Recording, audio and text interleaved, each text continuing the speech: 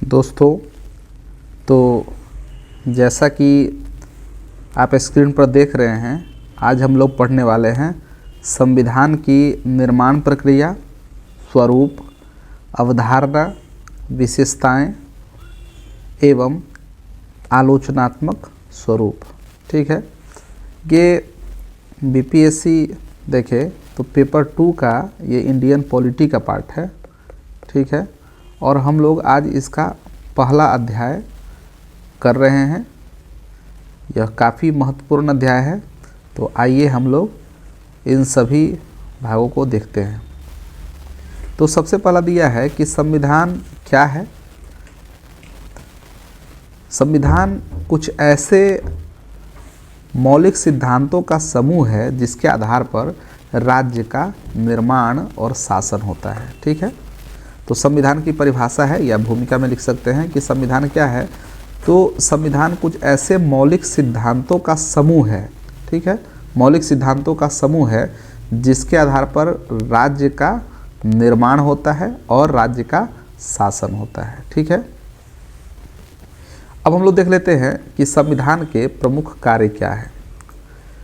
ठीक है, तो आपने देखा इसकी परिभाषा में ही है कि मौलिक सिद्धांत का समूह है। ठीक है, मौलिक सिद्धांतों का समूह है। तो इसके कार्य क्या है? तो यह मौलिक नियमों का एक ऐसा समूह उपलब्ध कराए जिससे समाज के सदस्यों के एक न्यूनतम समन्वय और विश्वास बना रहे। ठीक है, अब इस बात को समझें, क्या दिया गया है। संविधान का कार्य क्या होता है कि ऐसा नियम बनाए, ठीक है, जिसमें कि क्या हो कि जो समाज के जितने भी सदस्य हैं, ठीक है, उसमें एक कोऑर्डिनेशन और एक दूसरे पर विश्वास जो है वह बना रहे। ठीक है, ऐसा न लगे कि कुछ खास वर्ग, कुछ खास वर्ण, कुछ खास जाति, कुछ खास लिंग को इससे ज़्यादा बेनिफिट हो रहा है। तो संविधान का कार्य है एक कोऑर्डिनेशन और विश्वास जो है कायम करना समाज में, यह काम है। इसके बाद यह स्पष्ट करना है कि राज्य में निर्णय लेने की जो शक्ति है किसके पास होगी। ठीक है, पावर किसके पास होगी, संविधान यह भी तय करता है। जैसे कि संविधान की प्रस्तावना में लिखा गया है हम भारत के लोग, यानी कि आप जानते हैं कि भारतीय संविधान में जो पावर है वह जनता के पास है। ठीक है, तो यह जो निर्णय, राज्य में निर्णय लेने की जो शक्ति किसके पास होती है वह संविधान तय करता है। ठीक है, और संविधान यह भी तय करता है कि सरकार कैसे गठित होगी। ठीक है, इसके बाद है कि यह सरकार द्वारा अपने नागरिकों पर लागू करने वाले कानूनों पर कुछ सीमाएं लगाए। ठीक है, ये सीमाएं किस प्रकार होनी चाहिए, तो मौलिक होती है, क्योंकि सरकार कभी उनका उल्लंघन नहीं कर सकती। ठीक है, तो आपने क्या देखा, संविधान के कार्य क्या है। तो समाज के सदस्यों के बीच कोऑर्डिनेशन कायम करना और उसमें विश्वास कायम करना। ठीक है, संविधान का कार्य यह होता है कि संविधान स्पष्ट करे कि निर्णय लेने की जो शक्ति है वह किसके पास होगी। ठीक है, सरकार कैसे गठित होगी, यह संविधान के कार्य है, इसको स्पष्ट करना। ठीक है, कुछ सरकार द्वारा अपने नागरिकों पर लागू करने वाले कानूनों पर कुछ सीमाएं लगाए। ये सीमाएं मौलिक होती है क्योंकि सरकार कभी उनका उल्लंघन नहीं कर सकती। ठीक है, इसके बाद है यह सरकार को ऐसी क्षमता प्रदान करे जिससे वो निष्कपट आकांक्षाओं को पूरा कर सके। निष्कपट माने किसी प्रकार का भेदभाव किए बिना जो है आकांक्षा पूरा कर सके और एक न्यायपूर्ण समाज की स्थापना के लिए उचित परिस्थितियों का निर्माण कर सके। तो ये सब कुछ बातें हैं जो संविधान के कार्य के रूप में आप देख सकते हैं। अब हम लोग आगे बढ़ते हैं और देखते हैं कि संविधान निर्माण की प्रक्रिया। ठीक है, तो भारत का संविधान विश्व का सबसे लंबा संविधान है, जिसमें वर्तमान में देखें तो 25 भाग है। वैसे तो आप याद करते हैं भाग की संख्या क्या है, 22 भाग है। 22 भाग में अगर हम जो संशोधन है उसे भी इंक्लूड करें तो कुल मिला के 25 भाग है। 470 से अधिक अनुच्छेदों, वैसे अगर संख्या में कहा जाए तो 95 अनुच्छेद है, ठीक है, और 12 अनुसूचियां हैं, ठीक है। संविधान निर्माण के लिए संविधान सभा की स्थापना की गई थी। संविधान का प्रारूप तैयार करने में 2 वर्ष 11 माह तथा 18 दिन लगे थे। संविधान को 26 नवंबर 1949 को अपनाया गया था। यह 26 जनवरी 1950 को लागू हुआ तथा इस दिन को भारत के गणतंत्र दिवस के रूप में मनाया जाता है। तो ये सब निर्माण की प्रक्रिया है जो आपको अगर परिचय के रूप में लिखना पड़े, जो भी आप प्रश्न आपसे पूछी जाती है 38 नंबर में हो या 7-8 नंबर में जो प्रश्न हो, तो आप तय करेंगे कि क्या ये सभी बातें लिखने की आवश्यकता है या नहीं, उसके आधार पर आप लिख सकते हैं। अब सवाल यह है कि संविधान की आवश्यकता क्यों है, ठीक है, ये आवश्यकता क्यों होती है संविधान की। तो पहला तो ये है कि नागरिकों के मानवाधिकारों की रक्षा करना और उन्हें मनमाने प्रशासनिक कार्यों से बचाना, ठीक है। अगर संविधान न रहे तो नागरिकों के मानवाधिकारों की रक्षा नहीं हो पाएगी और प्रशासन सरकार अपने मनमाने ढंग से कार्य करेगी। तो एक तो ये है कि संविधान की आवश्यकता इसलिए पड़ी। दूसरा है कि भारत को राज्यों के सभी कार्यों में संतुलन बनाए रखने के लिए लोकतंत्र के सिद्धांतों को स्थापित करने की आवश्यकता थी, ठीक है, इसलिए आवश्यकता पड़ी। क्या है कि राज्यों के सभी कार्यों में संतुलन बनाए रखना और लोकतंत्र के सिद्धांत को कायम करना है। तो लोकतंत्र के सिद्धांतों को कायम करने के लिए संविधान की आवश्यकता पड़ी। ये है। अगला है कि भारत में विशाल एवं विविधताओं से भरी संस्कृतियां, धर्म, भाषाएं और परंपराएं हैं, जिसके कारण राष्ट्र में एक समान कानून बनाने की आवश्यकता हुई, ठीक है।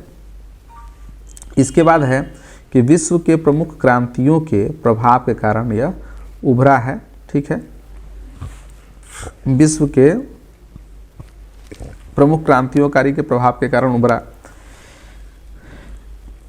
इसके बाद देखते हैं कि विभिन्न सामाजिक, ऐतिहासिक और राजनीतिक कारक भी हैं इसके। फिर है कि विदेशी औपनिवेशिक शासन की समाप्ति के बाद एक नई शासन प्रणाली की आवश्यकता उत्पन्न हुई, ठीक है। ये सभी हम लोग पढ़ रहे हैं कि संविधान बनाने की आवश्यकता क्यों पड़ी। आगे देख रहे हैं कि सामाजिक न्याय और समानता के कारण, जिसके कारण जाति, लिंग, धर्म, नस्ल के आधार पर दीर्घकालिक भेदभाव के विरुद्ध नियम बनाने की व्यवस्था सुविचारित की, ठीक है, इसलिए भी आवश्यकता पड़ी ताकि किसी प्रकार का जाति के कारण, लिंग के कारण, धर्म और नस्ल के आधार पर भेदभाव न हो। इसके बाद है कि विधायिका, कार्यपालिका और न्यायपालिका के बीच संतुलन सुविचारित करना ताकि कोई संस्था विरुद्ध न हो सके, ठीक है। अगर किसी प्रकार का लिखित अगर संविधान है या संविधान है तो सरकार के जितने भी अंग होंगे, ठीक है, प्रशासन के जितने भी अंग होंगे, किसी में निरंकुशता नहीं होगी, ठीक है। तो ये इसमें इसके भी संतुलन, सामंजस्य स्थापित करने के लिए भी संविधान की आवश्यकता हुई। उसके बाद है कि भारत को लोकतांत्रिक गणराज्य बनाना जिसमें निष्कपट सिद्धि हो और शासक इसके प्रति उत्तरदायी हो, सभी बातें संविधान में है, उपलब्ध है। तो इसलिए संविधान की आवश्यकता पड़ी। तो इस प्रकार से हम लोग देख रहे हैं कि किन किन कारणों से एक संविधान की आवश्यकता हुई, भारतीय संविधान की आवश्यकता हुई। अब आगे बढ़ते हैं और हम लोग देखते हैं पृष्ठभूमि।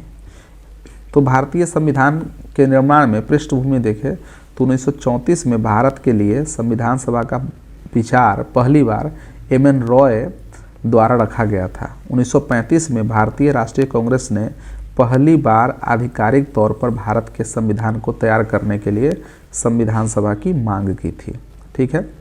संविधान निर्माण की मांग को सबसे पहले वैधानिक रूप से विदेशी सरकार ने वर्ष 1940 में स्वीकार किया था, ठीक है। अंततः 1946 में कैबिनेट मिशन ने संविधान सभा का विचार सामने रखा और इसने भारत के संविधान की शुरुआत को चित्रित किया, ठीक है। अब क्या है भूमिका में देखें, संविधान सभा की भूमिका क्या थी, ठीक है। तो एकल संविधान का निर्माण करना, क्योंकि जैसा कि आपने ऊपर ही पढ़ा है कि संविधान सभा गठित की गई संविधान निर्माण के लिए। तो संविधान सभा की भूमिका क्या थी, तो एकल संविधान का निर्माण करना, ये सबसे बड़ी भूमिका थी। इसके बाद है कि समावेशिता को स्थापित करना। समावेशिता का अर्थ आप समझ ही चुके होंगे कि इंक्लूसिविटी, यानी कि सभी लोग, सभी धर्म, सभी संप्रदाय का समावेशन, ये स्थापित करना। राष्ट्रीय एकता तथा अखंडता को सुविचारित करना, ठीक है। लोकतांत्रिक प्रतिनिधित्व के रूप में, यानी कि प्रातिनिधिक संस्था के रूप में कार्य करना, और विविधता को महत्व देने के रूप में, ये सभी संविधान सभा की भूमिका के रूप में आप लोग समझ सकते हैं, ठीक है। अब हम लोग देख लेते हैं कि संविधान जब निर्माण हुआ तो संविधान बनाने में कई प्रकार के स्रोत जो है इसमें सामने आए, ठीक है। उदाहरण के तौर पर आप देखें तो भारत शासन अधिनियम 1935, इस 1935 के भारत शासन अधिनियम से कौन कौन सी बातें ली गई? तो शक्तियों का विभाजन, प्रांतीय स्वायत्तता, द्विसदनीय व्यवस्था, ये सभी, ठीक है। इसके अलावा भी आपको पता होगा कि तकरीबन 250 से अधिक जो है बातें वो केवल भारत सरकार अधिनियम 1935 से ली गई है, ठीक है। तो ये कुछ बातें हैं जो यहाँ पर दी गई है। इसके अलावा और भी बहुत सारी बातें हैं, तो आपको उतना फैक्ट्स लिखने की आवश्यकता नहीं है। हाँ, आप ये बता सकते हैं कि भारत सरकार अधिनियम 1935 से कई बातें जो है ली गई है, जिसमें कि कुछ प्रमुख इस प्रकार से है, ऐसा लिख सकते हैं। इसके बाद है जापानी संविधान से भी लिया गया है, विधि द्वारा स्थापित प्रक्रिया।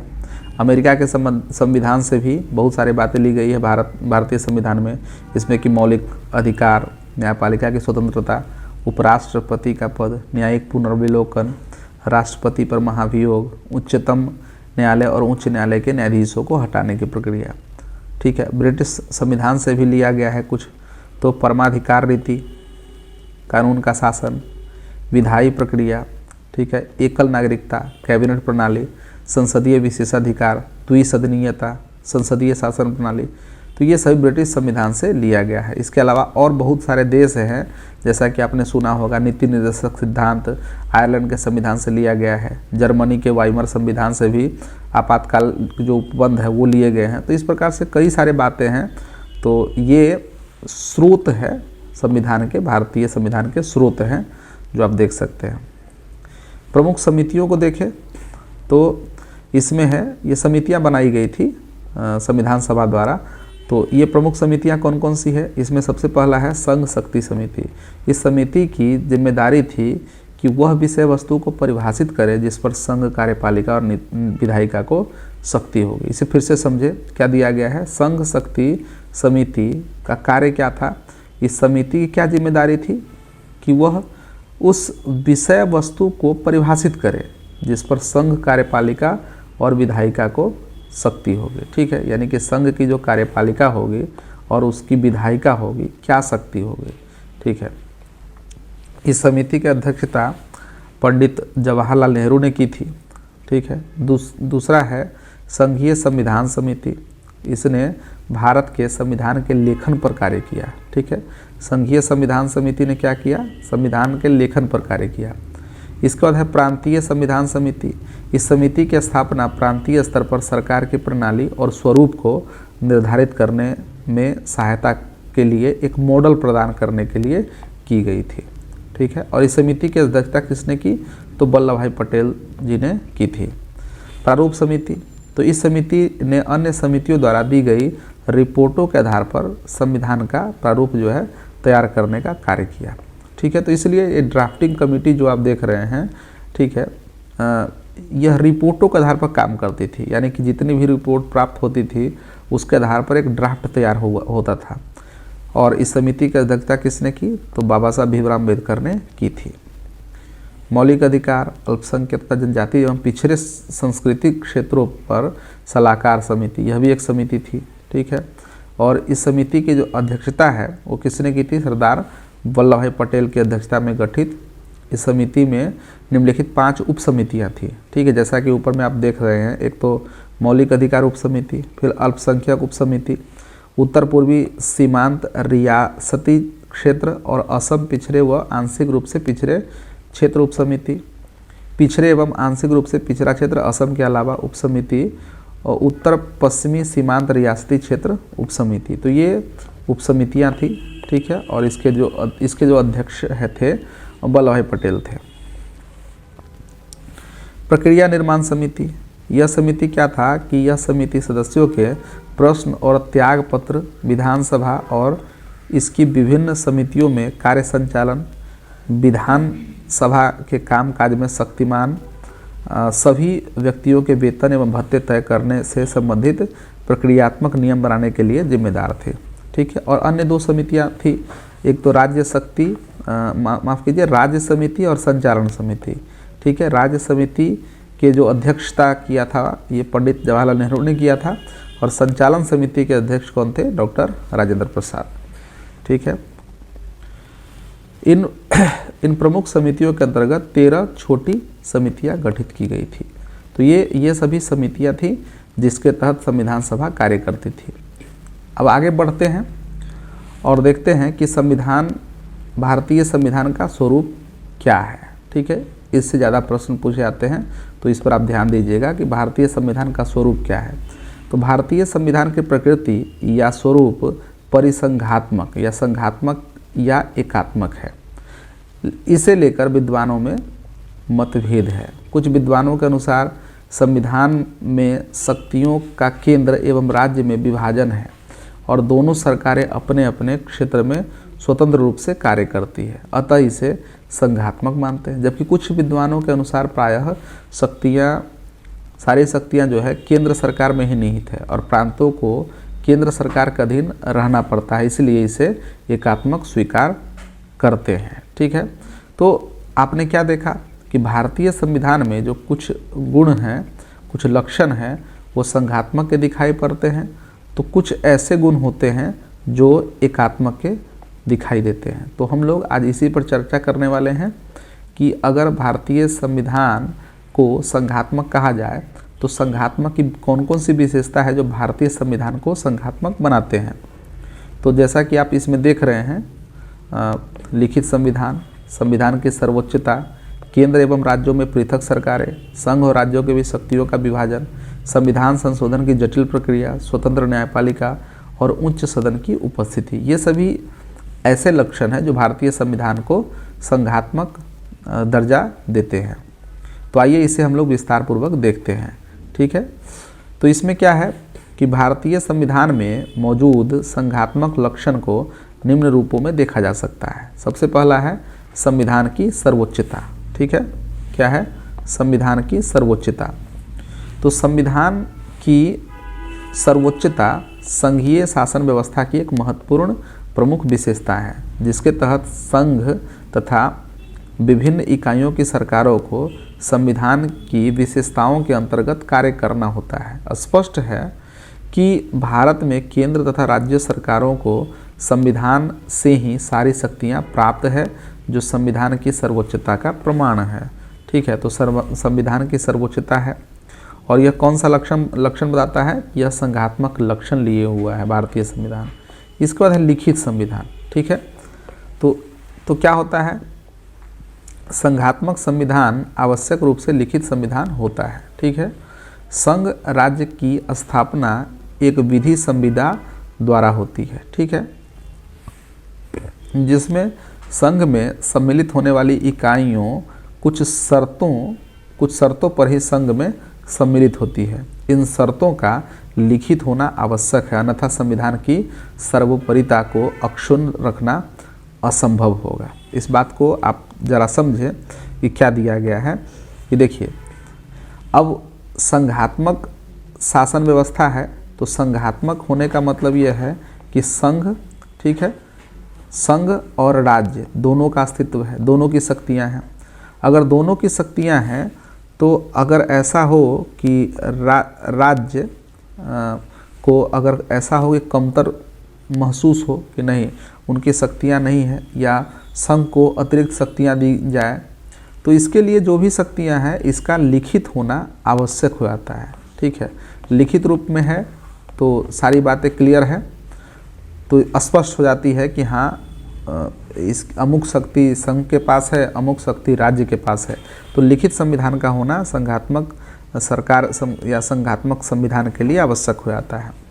आगे बढ़ते हैं, और है कि संघ एवं राज्यों के बीच शक्तियों का विभाजन। ठीक है, संघात्मक नाम से स्पष्ट है, तो आप समझे कि संघात्मक शासन व्यवस्था में सामान्यतः केंद्र तथा राज्य सरकारों के मध्य शक्तियों का विभाजन किया जाता है। ठीक है, भारतीय संविधान में भी ऐसे प्रावधान किए गए हैं। शक्तियों के बंटवारा के लिए संविधान में संघ सूची, राज्य सूची तथा समवर्ती सूची नामक 3 सूचियों का प्रावधान है। ठीक है, तो ये है संघ और राज्यों के भी शक्तियों का विभाजन। ठीक है, और हम लोग कहाँ देखते हैं इसे, तो हम लोग ये अनुसूची में देखते हैं। ठीक है, कौन से अनुसूची में, 7वीं अनुसूची में। आगे है स्वतंत्र न्यायपालिका। ठीक है, तो स्वतंत्र न्यायपालिका होना आवश्यक है किसी भी संघात्मक संविधान के लिए। तो संघात्मक व्यवस्था की, ठीक है, संघात्मक व्यवस्था की सफलता न्यायपालिका की स्वतंत्रता पर निर्भर करती है। भारतीय संविधान के तहत भी न्यायपालिका को स्वतंत्र रखा गया है। भारत का उच्चतम न्यायालय न केवल संसद तथा राज्य विधानमंडलों द्वारा पारित विधियों की संवैधानिकता की जांच करता है, बल्कि उन्हें असिद्ध भी घोषित करता है। अर्थात किसी प्रकार के अगर कानून बनाए जाए, ठीक है, और कानून बनाने की प्रक्रिया पर अगर सवाल खड़ा करने वाले अगर कोई संस्था न हो, ठीक है, तो क्या होगा कि संघ चाहे तो अपनी शक्ति का दुरुपयोग करते हुए, संसद अपनी शक्ति का दुरुपयोग करते हुए कोई भी कानून बना सकेगा जो संघात्मक जो स्वरूप है राष्ट्र का, उसको तोड़ा जा सकता है। तो इसलिए स्वतंत्र न्यायपालिका का होना आवश्यक है। इसके बाद है संविधान संशोधन की जटिल प्रक्रिया। ठीक है, ये भी संघात्मक संविधान की एक विशेषता है। तो क्या है, तो भारतीय संविधान की संशोधन प्रक्रिया को विधि बनाया गया है। ठीक है, भारतीय संविधान की संशोधन प्रक्रिया को विधि बनाया गया है। हालांकि अमेरिकी संविधान के परिप्रेक्ष्य में यह लचीली है। वास्तविक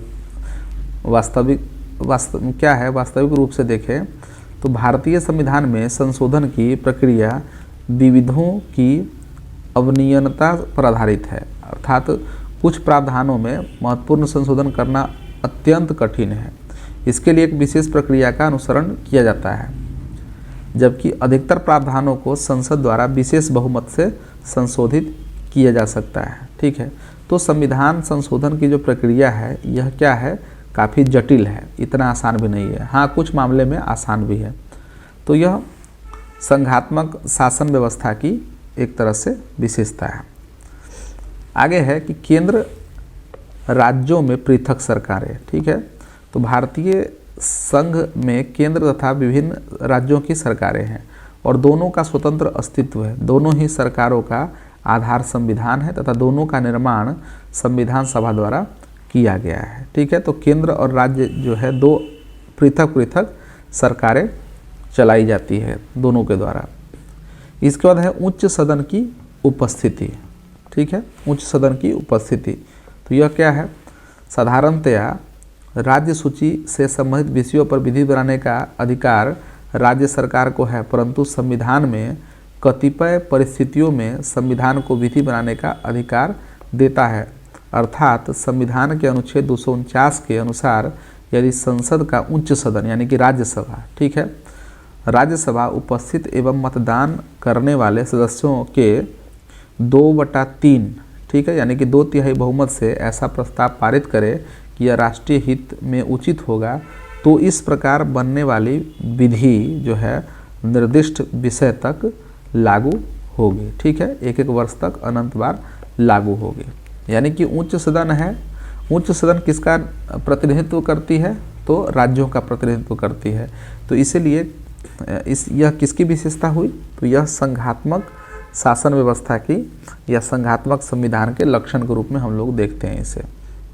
तो अभी तक हम लोगों ने जो देखा कि भारतीय संविधान के संघात्मक लक्षण के विषय में, ठीक है, और इन लक्षणों में हमने देखा कि संविधान की सर्वोच्चता है, लिखित संविधान है, संघ और राज्यों के बीच शक्तियों का विभाजन किया गया है, स्वतंत्र न्यायपालिका है, संविधान संशोधन की जटिल प्रक्रिया है, केंद्र और राज्यों में पृथक पृथक सरकारें हैं, उच्च सदन की उपस्थिति है। तो ये सभी क्या है कि भारतीय संविधान को संघात्मक स्वरूप प्रदान करते हैं। अब इसी प्रकार देखें तो भारतीय संविधान में कुछ एकात्मक लक्षण भी पाए जाते हैं, जैसा कि आप देख सकते हैं कि एकात्मक लक्षण में क्या क्या है। तो संघ की राज्यों को निर्देश देने की शक्ति, ठीक है, संघ जो है राज्यों को निर्देश दे सकती है। फिर है शक्तियों के बंटवारे के पक्ष में एकल नागरिकता का प्रावधान है, ठीक है, राज्यपाल की नियुक्ति है, आपातकाल में पूर्णतया एकात्मक है, राज्यों में राष्ट्रपति शासन, संविधान संशोधन का अधिकार केंद्र के पास है और एकीकृत न्याय व्यवस्था है। तो इस प्रकार से ये जो कुछ हम लोग देख रहे हैं ये संविधान के एकात्मक लक्षण के रूप में प्रकट होते हैं। अब हम लोग इसे विस्तार पूर्वक देखते हैं। तो सबसे पहले क्या दिया है कि शक्तियों का बंटवारा जो है वो केंद्र के पक्ष में आखिर क्या है। तो यद्यपि विभिन्न सूचियों के माध्यम से केंद्र तथा राज्यों के मध्य शक्तियों का विभाजन किया गया है, लेकिन कई विषयों पर केंद्र को अधिक शक्तिशाली बनाया गया है। साथ ही अवशिष्ट शक्तियां भी केंद्र के अधीन रखी गई है। व्यवहारिक दृष्टिकोण से केंद्र के अधीन ही राज्य सरकारें कार्य करती है, ठीक है। तो आपने देखा कि शक्तियों का बंटवारा जो है वो केंद्र के पक्ष में है। एकल नागरिकता, ठीक है।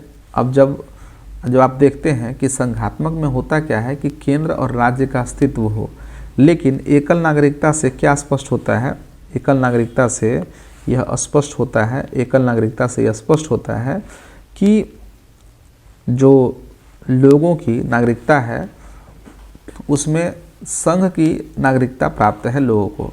एकल नागरिकता का गुण भारतीय संविधान में केंद्र को राज्यों की अपेक्षा अधिक शक्तिशाली बनाता है। हालांकि सरकार ने नागरिकता कानून में संशोधन कर प्रवासी भारतीयों और भारतीय मूल के व्यक्तियों के लिए दोहरी नागरिकता का प्रावधान किया है। वास्तविकतः यह प्रावधान एक राजनीतिक सुविधा के रूप में प्रदान किया गया है और इससे संविधान के मूल ढांचे पर कोई प्रभाव नहीं पड़ता है, ठीक है। तो एकल नागरिकता है। इसके बाद है राज्यपाल की नियुक्ति। अब क्या देखते हैं कि राज्यों में जो राज्यपाल क्या है, एक तरह से राष्ट्रपति के तौर पर काम करती है, केंद्र सरकार के एजेंट के रूप में। आप देखिए इसकी आलोचना भी की जाती है कि केंद्र सरकार के एजेंट के रूप में। तो ये राज्यपाल की नियुक्ति देखे, ये बिहार के लोगों या राज्य के लोगों द्वारा नहीं किया जाता है, ठीक है। तो विभिन्न राज्यों के जो राज्यपाल है, ठीक है, क्या देखते हैं कि विभिन्न राज्यों के राज्यपाल को वास्तविक राज्यों के संवैधानिक प्रमुख होते हैं, उनकी नियुक्ति की जाती है, न कि निर्वाचन किया जाता है। ऐसी स्थिति में उन्हें राष्ट्रपति के अधीन कार्य करना होता है, ठीक है। इसके बाद है एकात्मक लक्षण में आपातकाल में पूर्णतः एकात्मक, ठीक है। अगर देश में इमरजेंसी लागू हो तो यह पूर्णतः एकात्मक हो जाता है और स्वतः ही राज्य की जो सत्ता है वो समाप्त हो जाती है। आपातकालीन स्थिति में भारतीय संविधान पूरी तरह से एकात्मक हो जाता है। संकट काल के समय संसद को राज्य सूची के विषय पर भी विधि निर्माण का अधिकार प्राप्त हो जाता है। संघीय सरकार द्वारा राज्य सरकार को प्रशासनिक निर्देश दिया जा सकता है जिसका उन्हें पालन करना अनिवार्य होता है, ठीक है। इसके बाद हम लोग देखते हैं राज्यों में राष्ट्रपति शासन, ठीक है। तो यदि क्या हो कि कभी भी अनुच्छेद 356 संविधान का जो 356 अनुच्छेद है के अंतर्गत संवैधानिक तंत्र की विफलता होती है, ठीक है, तो राज्य में राष्ट्रपति क्या है, राज्य शासन की कार्यपालिका शक्ति अपने हाथों में लेने का अधिकार प्राप्त हो जाता है, यद्यपि वो उच्च न्यायालय के अधिकारों को ग्रहण नहीं कर सकता है, ठीक है। तो ये है, लेकिन ये जो है ये लक्षण किस प्रकार के हैं, तो एकात्मकता की तरफ बढ़ावा देते हैं। इसके बाद देखिए संविधान संशोधन करने की जो प्रक्रिया का जो अधिकार है वो किसके पास है, केंद्र के पास है, ठीक है। संविधान में किए जाने वाले संशोधनों में देखें तो निहित रूप से केंद्र को अधिक शक्ति प्राप्त है। तो इस प्रकार से हम देखते हैं कि यह एकात्मकता की तरफ झुकाव लिए है।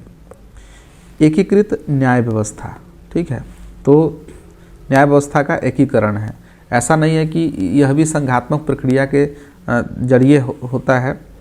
यह क्या है? एकात्मक है। एकीकृत न्याय व्यवस्था, तो भारतीय न्यायपालिका कार्यपालिका और विधायिका से पृथक एक स्वतंत्र निकाय है। ठीक है, भारतीय न्यायपालिका जो है वो कार्यपालिका और विधायिका से अलग एक स्वतंत्र निकाय है। यह प्रणाली भारत में विदेशी कालीन औपनिवेशिक प्रणाली से अपनाई गई या विरासत में प्राप्त है। भारत में एक एकीकृत एवं अद्वितीय न्यायिक प्रणाली है। अद्वितीय का मतलब क्या हुआ कि ऐसा नहीं जैसे कि आप सोचते होंगे कि एक संघ होती है और एक नीचे राज्य। ठीक है, न्याय व्यवस्था में ऐसा नहीं होता है। ठीक है, न्याय व्यवस्था में न्यायपालिका को देखें तो न्यायपालिका जो है, न्यायपालिका वो समझिए तो एकीकृत है, बस इसके विभिन्न स्तर हैं, उसे आप एक ही मानकर चलें। वही यहाँ दिया है कि सर्वोच्च न्यायालय एकीकृत पदानुक्रम में शीर्ष पर होता है। सर्वोच्च न्यायालय के बाद राज्य स्तर पर उच्च न्यायालय है। उच्च न्यायालयों के अंतर्गत जिला न्यायालयों और निचले न्यायालयों से लेकर एक सुव्यवस्थित पदानुक्रम है। ठीक है, यह न केवल न्याय की एक रूपता सुविचारित करती है बल्कि समान न्याय सबके लिए के सिद्धांत को भी साकार करती है। तो ये एकीकृत न्याय व्यवस्था जो है वह एकात्मकता के लक्षण को प्रकट करती है भारतीय संविधान के। इसके बाद है कि संघ की राज्यों को निर्देश देने की शक्ति है। ठीक है, तो इससे क्या स्पष्ट होता है, अगर संघात्मक व्यवस्था हो, ठीक है, तो इसमें सभी का बराबर का अधिकार हो, लेकिन ऐसा नहीं है। संघ की राज्यों को निर्देश देने की शक्ति है। संघीय सरकार को कुछ विषयों में राज्य सरकार को निर्देश देने का अधिकार प्राप्त है। जिस विषय में ये निर्देश दिए जाते हैं वे इस प्रकार है कि संसद द्वारा बनाए गए विधि का, ठीक है, पालन करना अथवा संघीय कार्यपालिका शक्ति का उपयोग के विषय पर आक्रमण न करना। ऐसे निर्देश राज्यों के लिए बाध्यकारी है। ठीक है, इनका पालन न करने की स्थिति में, ठीक है, संवैधानिक तंत्र जो है तंत्र की विफलता मानी जाती है तथा उस राज्य में राष्ट्रपति शासन लागू किया जा सकता है। इन सबके अलावा भी कुछ ऐसे प्रावधान हैं जिससे संविधान के एकात्मक लक्षण दृष्टिगत होते हैं, जैसे अंतर्राष्ट्रीय संधियों के पालन हेतु विधायी शक्तियों के केंद्र के पास होना।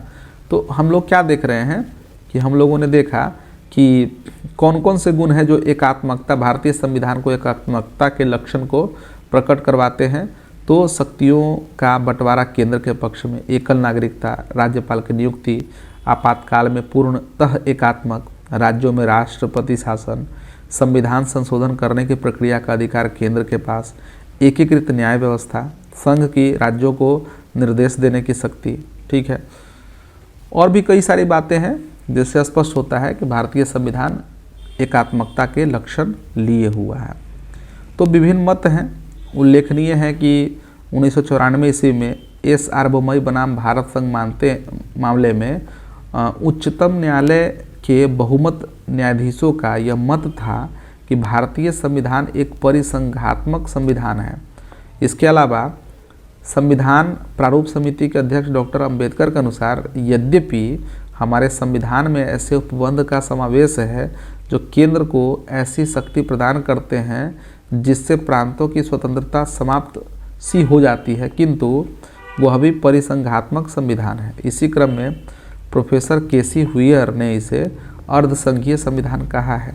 ठीक है, भीमराव दास बसु बहुत ही व्यापक दृष्टिकोण प्रस्तुत करते हुए कहा कि भारतीय संविधान न तो शुद्ध रूप से परिसंघीय है और न शुद्ध रूप से एकात्मक है, वरन यह दोनों का समायोजन है। ठीक है, तो इस प्रकार से हम लोगों ने देखा कि भारतीय संविधान न तो पूर्णतः एकात्मक है और न ही पूर्णतः संघात्मक। ठीक है, तो इस प्रकार से कुछ प्रश्न ऐसे पूछे जा सकते हैं।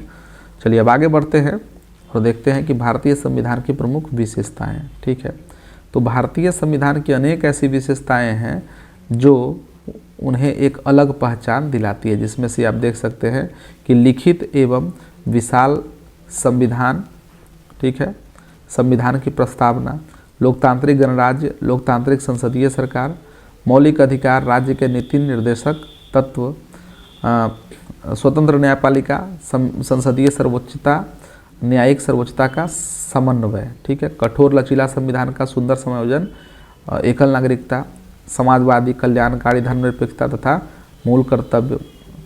ठीक है, संविधान और संवैधानिकता का पालन करना, ठीक है, अर्धसंघीय व्यवस्था, ये सभी अलग अलग है। ठीक है, तो इस प्रकार से हम लोग यह विशेषता देख रहे हैं। अब हम लोग इसे विस्तार पूर्वक देखते हैं।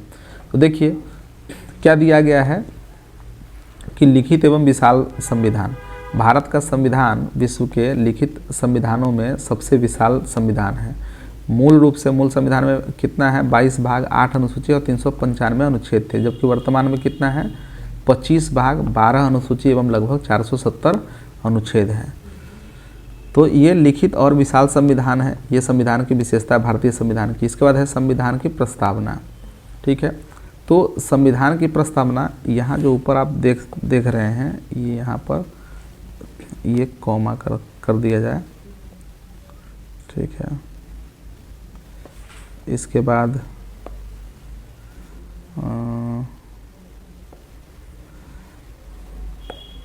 ये आप देख सकते हैं इस तरह से।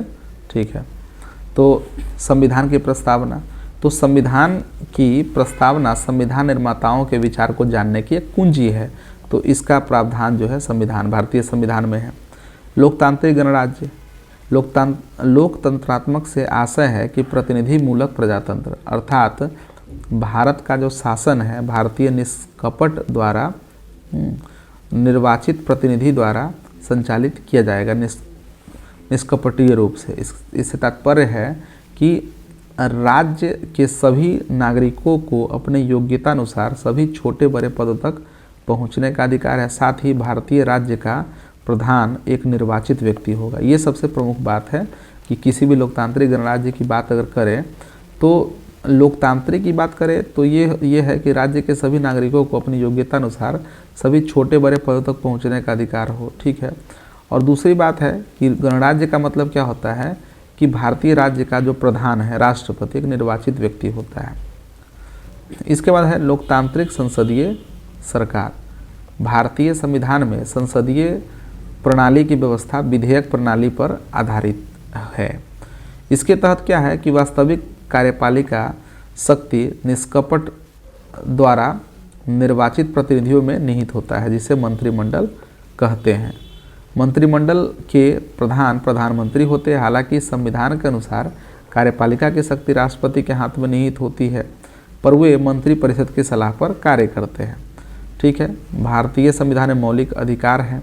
तो भारतीय संविधान के भाग 3 में मूल अधिकार की घोषणा की गई है। मूल अधिकारों को संविधान में समाविष्ट करने की प्रेरणा अमेरिका के संविधान से लिया गया है। मूल अधिकार को लाने के पीछे मूल उद्देश्य राज्य के मनमाने रीति पर अंकुश लगाना है। तो ये मौलिक अधिकार। इसका राज्य के नीति निर्देशक तत्व। भारतीय संविधान के 4 भाग में कुछ ऐसे निर्देश को समाहित किया गया है जिसका पालन करना राज्य का कर्तव्य माना गया है। इसे शक्तिमान करने के पीछे मूल उद्देश्य देश में कल्याणकारी राज्यों की स्थापना करना है। इसकी प्रेरणा आयरलैंड के संविधान से लिया गया है। ठीक है, स्वतंत्र न्यायपालिका। ठीक है, तो भारतीय संविधान में न्यायपालिका को कार्यपालिका से अलग व स्वतंत्र रखा गया है। ठीक है, न्यायपालिका की स्वतंत्रता के लिए न्यायाधीशों की नियुक्ति, वेतन, भत्ता तथा पद से हटाए जाने के संबंध में संविधान में स्पष्ट प्रावधान किए गए हैं, जिसके कारण सरकार दबाव नहीं डालती है। ठीक है, तो स्वतंत्र न्यायपालिका है। इसके बाद है संसदीय सर्वोच्चता व न्यायिक सर्वोच्चता का समन्वय। ठीक है, तो भारतीय संविधान में संसदीय सर्वोच्चता और न्यायपालिका की सर्वोच्चता के बीच एक अद्भुत संतुलन है। अर्थात भारतीय संसद न तो इंग्लैंड की संसद की तरह सर्वोच्च है और न ही यहाँ न्यायपालिका अमेरिका की न्यायपालिका की तरह असीमित शक्ति प्राप्त है। ठीक है, तो भारत में क्या है, कठोर और लचीला संविधान। भारतीय संविधान दोनों के समन्वय पर आधारित है, अर्थात इसके कुछ प्रावधानों में संशोधन करना अत्यंत कठिन है और इसके लिए विशेष प्रक्रिया अपनाई जाती है, जबकि अधिकतर प्रावधानों को संसद द्वारा विशेष बहुमत से संशोधित किया जाता है। एकल नागरिकता का प्रावधान है। तो संघात्मक संविधान में साधारणतः दोहरी नागरिकता होती है, एक संघ की दूसरी राज्य की, वरन भारतीय संविधान के लिए एकल नागरिकता को प्रदान करता है। ठीक है, इसके बाद है समाजवादी, कल्याणकारी, धर्मनिरपेक्ष राज्य। समाजवादी राज्य, समाजवादी राज्य की स्थापना संविधान का मुख्य उद्देश्य है, जिसका संकेत प्रस्तावना में सभी नागरिकों को आर्थिक न्याय, प्रतिष्ठा व अवसर की समानता की संकल्पना में दिखता है। समाजवादी शब्द मूल संविधान में उल्लेखित नहीं था, इसे 42वें संविधान संशोधन 1976 के द्वारा इसे जोड़ा गया है। उल्लेखनीय है कि भारतीय समाजवाद लोकतांत्रिक विचारधारा पर आधारित है, इसलिए इसे लोकतांत्रिक समाजवाद कहते हैं। भारतीय संविधान की विशेषता में देखें तो कल्याणकारी राज्य की स्थापना। राज्य के नीति निर्देशक तत्व का मुख्य उद्देश्य एक कल्याणकारी राज्य की स्थापना करना है। यह राज्य को सामाजिक और आर्थिक नीतियों का निर्धारण करने के लिए प्रेरित करता है, ताकि सभी नागरिकों को बेहतर जीवन स्तर और सामाजिक न्याय प्राप्त हो सके। ठीक है। धर्मनिरपेक्षता, भारतीय संविधान क्या है? एक्चुअली इसमें पंथ निरपेक्ष शब्द जो है दिया गया है, लेकिन अगर देखें तो धर्मनिरपेक्षता के सिद्धांत लिए हुआ भारतीय संविधान है।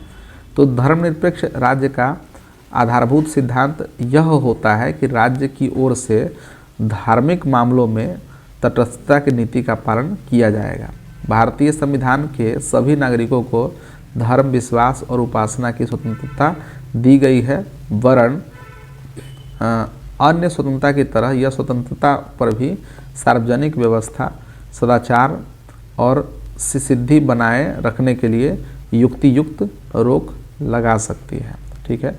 भारतीय संविधान में मूल कर्तव्य के भी जो बात है वो दी गई है, तो अधिकार के साथ कर्तव्य भी इसमें निहित है। इसी संकल्पना को पूरा करने के उद्देश्य से 42वें संविधान संशोधन 1976 द्वारा स्वर्ण सिंह समिति, ठीक है, स्वर्ण सिंह समिति की सिफारिश पर मूल कर्तव्य को संविधान के भाग 4 के क में अनुच्छेद 51 क में जोड़ा गया है। ठीक है। तो ये कुछ विशेषताएं थी। ठीक है, जिसमें आपने देखा मूल कर्तव्य, धर्मनिरपेक्षता, कल्याणकारी राज्य की स्थापना, समाजवादी राज्य, एकल नागरिकता, ठीक है, कठोर एवं लचीला संविधान, संसदीय सर्वोच्चता व न्यायिक सर्वोच्चता का समन्वय, स्वतंत्र न्यायपालिका, राज्य का नीति निर्देशक सिद्धांत, मौलिक अधिकार, लोकतांत्रिक संसदीय सरकार, ठीक है, लोकतांत्रिक गणराज्य, संविधान की प्रस्तावना, ठीक है, लिखित एवं विशाल संविधान। तो ये सभी विशेषताएं थी। अब हम लोग आगे बढ़ते हैं और देखते हैं इसे कि संविधान का आलोचनात्मक स्वरूप। ठीक है, कई जो विद्वान लोग हैं वो इसकी आलोचना भी करते हैं भारतीय संविधान की, तो वह किस आधार पर करते हैं उसे देखें। तो क्या इसे ब्रिटिश देन मानी जाए? एक तो यह आलोचना की जाती है, क्या इसे ब्रिटिश देन मानी जाए? किसे? तो संविधान को। ईस्ट इंडिया कंपनी की स्थापना के बाद से ही विदेशी द्वारा सिद्ध अपने राजनीतिक स्थायित्व पर जोर दिया गया। इसके लिए उन्होंने 1773 में रेगुलेटिंग एक्ट से लेकर कई अधिनियम समय समय पर पारित किए। ये सभी अधिनियम न तो मूल सिद्धांतों पर आधारित थे और न ही ऐतिहासिक परंपरा एवं भारतीय परिस्थितियों के अनुरूप यह सिद्ध विदेशी सत्ता को स्थायित्व देने के लिए बनाया गया था। ठीक है। संविधान सभा के सदस्यों ने भारतीय संविधान में भारतीय समाज की विशेषताओं और आवश्यकताओं तथा परंपराओं को ध्यान में रखते हुए दुनिया भर के कई संविधानों का अध्ययन किया तथा भारत की सामाजिक, राजनीतिक, सांस्कृतिक व्यवस्था के अनुरूप ढाला। ठीक है। जैसे मौलिक अधिकार, भारतीय संविधान ने नागरिकों को व्यापक मौलिक अधिकार प्रदान किए हैं जो समाज के हर वर्ग की सुरक्षा और समृद्धि सुनिश्चित करता है। एक्चुअली ये होना चाहिए।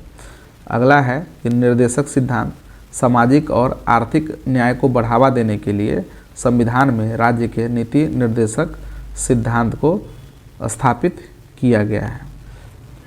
संस्कृति और भाषा की सुरक्षा, तो भारतीय संविधान ने विभिन्न भाषाओं और संस्कृतियों की सुरक्षा और संरक्षण के लिए विशेष प्रावधान किया है। उदाहरण के लिए देखें तो गवर्नमेंट ऑफ इंडिया एक्ट 1935, यह अधिनियम भारतीय संविधान के कई प्रावधानों का आधार बना। संघीय संरचना, राज्यपालों की शक्तियाँ और संघीय न्यायालय जैसी व्यवस्थाएं इसी व्यवस्था से प्रेरित थी।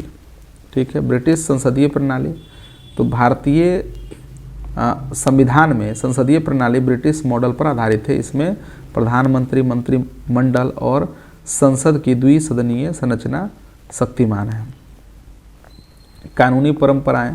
भारतीय संविधान में कई कानूनी परंपराएं और न्यायिक व्यवस्थाएं ब्रिटिश और अमेरिकी कानून प्रणाली से ली गई है। उदाहरण के लिए कानून के शासन का सिद्धांत, स्वतंत्र न्यायपालिका और मूल अधिकारों की सुरक्षा आदि। तो इस आधार पर क्या कहा गया कि ब्रिटिश देन मानी जाए, आलोचना के रूप में कहा जाता है। लेकिन इसमें ही आपको सभी बातें हैं जो जिससे स्पष्ट होता है कि मौलिकता भारतीय संविधान में है, जिससे कि आप देख सकते हैं कई जो विद्वान हैं वो यह बताते हैं कि भारतीय संविधान क्या है, उधार का थैला है। तो पहले तो हम बताएंगे कि किस प्रकार से कहा जाता है और इसके पक्ष में क्या तर्क दे सकते हैं आप, तो वह भी दिया गया है। तो इसे देखें तो भारतीय संविधान को उधार का थैला कहना, इसे सही रूप से समझने का एक सरलीकरण है। यह कहना इस परिकल्पना पर आधारित है कि भारतीय संविधान ने विभिन्न देशों के संविधानों से कई प्रावधान और अवधारणाएं ली है। यह सत्य है कि भारतीय संविधान निर्माताओं ने दुनिया भर से सफल संवैधानिक मॉडल्स का अध्ययन किया और उनसे प्रेरणा ली, लेकिन इसे मात्र उधार मानना इसके मौलिक और विशिष्ट चरित्र को निरादर करना होगा। ठीक है, तो इसे समझे विस्तार से। देखिए, समग्रता और मौलिकता। भारतीय संविधान निर्माताओं ने विभिन्न देशों के संविधान से विचार लिया, परंतु भारतीय परिस्थितियों और आवश्यकताओं के अनुसार इन्हें ढाला। इसलिए इसे उधार नहीं बल्कि एक सुविचारित और संतुलित दृष्टिकोण का परिणाम माना जाना चाहिए। जैसे अमेरिकी संघीय व्यवस्था की अपेक्षा कनाडाई मॉडल को प्राथमिकता देना है। ठीक है, आप समझ सकते हैं कि अमेरिकी जो संघीय मॉडल है उसमें राज्य प्रधान है, जबकि कनाडाई संघीय मॉडल जो है उसमें संघ प्रधान है। तो भारतीय परिवेश, भारतीय संस्कृति के आधार पर कनाडाई मॉडल को प्राथमिकता दी गई, न कि अमेरिकी मॉडल को। विशेष और विशाल दस्तावेज। ठीक है, भारतीय संविधान दुनिया का सबसे लंबा लिखित संविधान है जो इसकी समग्रता और विविधता को दर्शाता है। इससे भारत के संघीय ढांचे, सामाजिक न्याय और धर्मनिरपेक्षता की अवधारणा को समाहित किया गया है। ठीक है, समाहित किया गया है जो इसे विशेष और भारतीय संदर्भ में अद्वितीय बनाता है। ठीक है, इसके बाद है अंतर्राष्ट्रीय दृष्टिकोण से प्रेरणा। भारतीय संविधान ने कई देशों से विभिन्न तत्व लिया, लेकिन इसे केवल उधार लेना कहना गलत है। संविधान सभा ने उन प्रावधानों का चयन किया जो भारतीय समाज और उसकी आवश्यकताओं के अनुरूप थे। यह एक कॉपी पेस्ट नहीं बल्कि एक विस्तृत अध्ययन और गहन विचार विमर्श का परिणाम है। ठीक है, आगे है कहा गया है कि भारतीय संदर्भ में अनुकूलता। भारतीय संविधान के लिए अन्य देशों से ली गई अवधारणाओं का संश्लेषण नहीं है। इसमें क्या है कि भारतीय समाज, संस्कृति, विविधता और ऐतिहासिक परिस्थितियों को ध्यान में रखते हुए मौलिक प्रावधान जोड़े गए हैं, जैसा कि सामाजिक न्याय, आरक्षण और धर्मनिरपेक्षता, जो इसे भारतीय संदर्भ में विशिष्ट बनाते हैं। ठीक है, संविधान का उद्देश्य। भारतीय संविधान का उद्देश्य केवल विदेशी व्यवस्थाओं को लागू करना नहीं था, बल्कि स्वतंत्रता संग्राम के उद्देश्यों को साकार करना था। इसे भारतीय समाज के हर वर्ग के हितों को ध्यान में रखकर बनाया गया और यह सुनिश्चित किया गया। ठीक है, सुनिश्चित किया गया कि समाज के हर हिस्से के लिए प्रासंगिक और उपयोगी हो। संविधान का विकासशील चरित्र। ठीक है, तो संविधान का प्रारंभिक रूप कुछ हद तक विदेशी संविधानों से प्रेरित हो सकता है, लेकिन यह एक विकसित होने वाला दस्तावेज है। समय के साथ इसमें 106 संशोधन हो चुके हैं। ठीक है, इसे भारतीय समाज की बदलती आवश्यकता के अनुसार अनुरूप जो है बनाते हैं। ठीक है, तो ये इल्ज़ाम लगना कि क्या है, उधारों का भारतीय संविधान जो है उधार का थैला है, वो कहना गलत होगा। ठीक है, अब एक और जो आलोचना की जाती है भारतीय संविधान की, वो है वकीलों का स्वर्ग। ठीक है, तो भारतीय संविधान को वकीलों का स्वर्ग कहने का मतलब आमतौर पर यह होता है कि संविधान इतना व्यापक, विधि और विस्तृत है कि इसके विभिन्न प्रावधानों की व्याख्या और उनके बीच संतुलन स्थापित करने के लिए वकीलों की आवश्यकता होती है। यह आलोचनात्मक दृष्टिकोण इस बात की ओर इशारा करता है कि संविधान का उपयोग अक्सर विधि कानूनी विवादों में किया जाता है, जिससे वकीलों को काम के कई अवसर प्राप्त होते हैं। तो इसे हम गहराई से समझते हैं। ठीक है, तो संविधान की व्यापकता। भारतीय संविधान दुनिया का सबसे लंबा लिखित संविधान है, जिसमें विभिन्न प्रावधान, मौलिक अधिकार, नीति निर्देशक तत्व और संस्थागत व्यवस्थाएं शक्तिमान है। ठीक है, शक्तिमान नहीं बल्कि विद्यमान है। ठीक है, विद्यमान है। यह विधि और विस्तृत है, जिसके कारण कानूनी मामलों में इसका गहराई से अध्ययन और विश्लेषण करना आवश्यक हो जाता है। इस विधिता के कारण, यानी कि इतने कॉम्प्लेक्सिटी के कारण क्या होता है कि वकीलों को कानून के विभिन्न पहलुओं पर ध्यान देने की आवश्यकता होती है। ठीक है, तो इसलिए यह आलोचना की जाती है। इसके बाद है कि व्याख्या और कानूनी विवाद। संविधान की भाषा और प्रावधानों को व्याख्या कई बार अस्पष्ट या विवादास्पद होती है। उदाहरण के लिए मौलिक अधिकारों, धर्मनिरपेक्षता, आरक्षण और राज्य के नीति निर्देशक तत्वों पर विभिन्न कानूनी दृष्टिकोण हो सकते हैं। इसलिए सर्वोच्च न्यायालय और अन्य अदालतें अक्सर इन प्रावधानों की व्याख्या करती रही है। ठीक है, और इसमें वकीलों की प्रमुख भूमिका होती है। आगे देखिए कि न्यायिक सक्रियता। तो भारतीय न्यायपालिका ने कई बार न्यायिक सक्रियता का प्रदर्शन किया है, जहां अदालतें महत्वपूर्ण नीतिगत मामलों में हस्तक्षेप करती है। इसमें संविधान के प्रावधानों की नई व्याख्याएं विद्यमान होती है और यह प्रक्रिया वकीलों के लिए अवसर पैदा करती है कि वे नई दलीलें और तर्क जो है वो प्रस्तुत कर सके। ठीक है, इसके बाद है संशोधन और कानूनी चुनौतियाँ। भारतीय संविधान में अब तक 130 संशोधन हो चुके हैं, जो इसके विकासशील स्वरूप को दर्शाते हैं। ये संशोधन अक्सर कानूनी विवादों का विषय बनते हैं और वकीलों को इन विवादों में संविधान के प्रावधानों की रक्षा या चुनौती देने का अवसर प्राप्त होता है। ठीक है, कानूनी जटिलताएं भी है। तो भारतीय संविधान विश्व का सबसे लंबा लिखित संविधान है, जिसमें बहुत सारे अनुच्छेद और धाराएं विद्यमान हैं।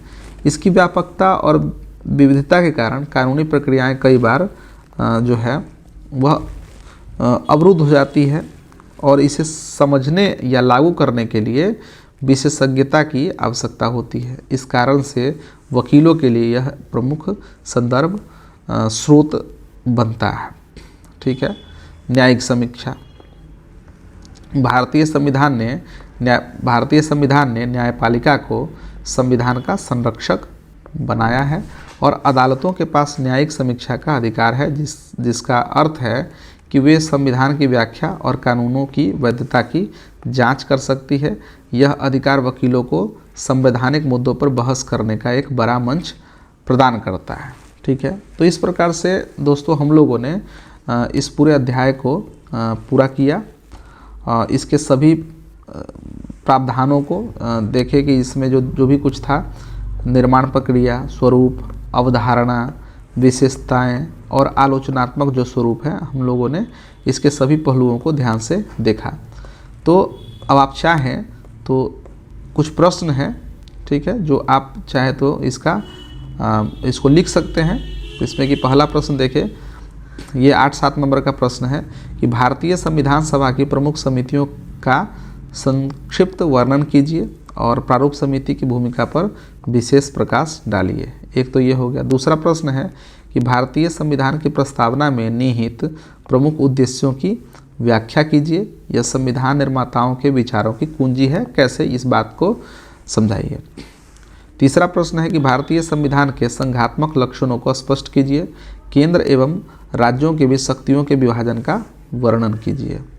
अगला है कि भारतीय संविधान में एकल नागरिकता की अवधारणा का महत्व बताइए। यह केंद्र को राज्यों की अपेक्षा अधिक शक्तिशाली कैसे बनाता है, यह समझाना है। और 7-8 नंबर के प्रश्न में अंतिम प्रश्न है 5वां कि संविधान के भाग 4 में वर्णित राज्य के नीति निर्देशक तत्वों का संक्षिप्त विवरण दीजिए। इनकी प्रेरणा का स्रोत कौन सा है, यह भी बताना है। तो ये 5 प्रश्न जो है आप 7-8 नंबर में ट्राई कर सकते हैं।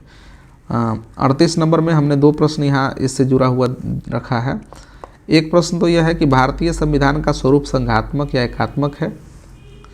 संविधान के संघात्मक एवं एकात्मक लक्षणों का विश्लेषण करते हुए डॉक्टर BR अम्बेडकर एवं अन्य विद्वानों के मतों का उल्लेख कीजिए। क्या इसे अर्धसंघीय कहा जा सकता है? तर्कसंगत उत्तर दीजिए। एक तो ये प्रश्न है। दूसरा प्रश्न है कि भारतीय संविधान को उधार का थैला या वकीलों का स्वर्ग कहने की आलोचना पर प्रकाश डालिए। संविधान निर्माण की प्रक्रिया एवं स्रोत का वर्णन करते हुए तर्क दीजिए कि यह एक मौलिक एवं भारतीय संदर्भ में अनुकूलित दस्तावेज है। ब्रिटिश देन के सकारात्मक एवं नकारात्मक पहलुओं का मूल्यांकन कीजिए। ठीक है, तो ये 38 अंक का प्रश्न है, तो चाहे तो आप लिख सकते हैं। तो दोस्तों, हम लोगों ने इस पूरे अध्याय को समाप्त किया और आशा है कि इस पूरे वीडियो से ज़रूर आप लाभान्वित होंगे। तो मिलते हैं अगले वीडियो में, तब तक के लिए धन्यवाद।